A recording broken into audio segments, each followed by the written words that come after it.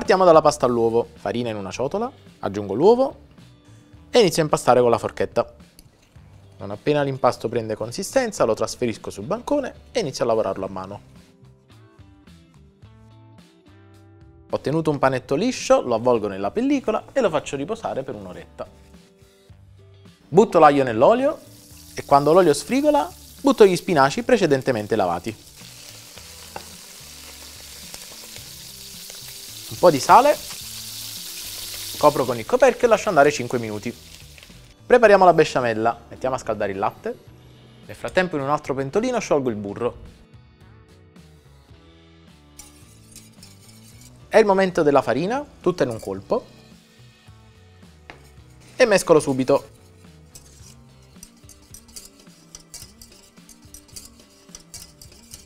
Latte caldo, posso versarlo nel composto di burro e farina.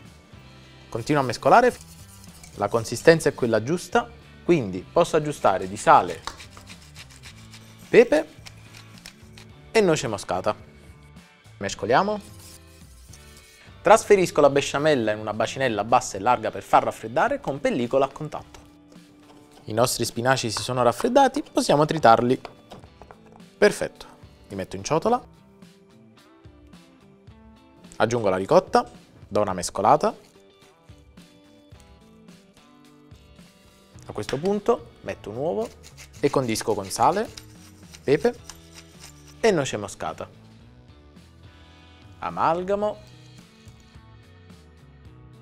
e infine verso il formaggio grattugiato. Composto pronto, lo metto a raffreddare in frigorifero in una sacca a poche fino al momento dell'utilizzo.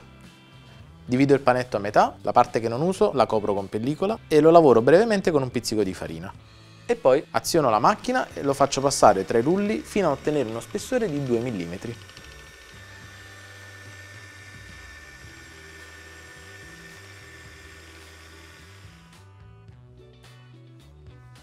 Pareggio i bordi e ottengo dei rettangoli da 10 x 14 cm. Li dispongo su un canovaccio e vado avanti così. Sfoglie pronte, non ci resta che bollirle per circa un minuto. Dopodiché le scolo in acqua fresca e le lascio intiepidire.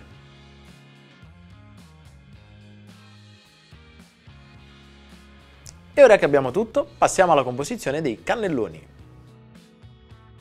Distribuisco il composto su ogni sfoglia e poi arrotolo. Una bella cucchiaiata di besciamella nella pirofila e posso adagiare i cannelloni. Infine ricopriamo con la besciamella avanzata. Completo con una bella spolverata di grana grattugiato. I nostri cannelloni sono pronti per cuocere in forno preriscaldato in modalità statica a 200 gradi per 15 minuti. Dopodiché passerò in modalità grill per 5 minuti a 230 gradi.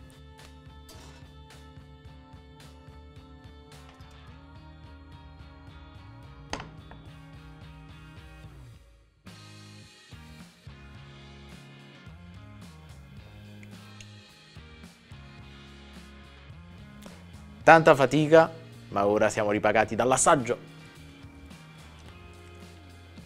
Meravigliosi.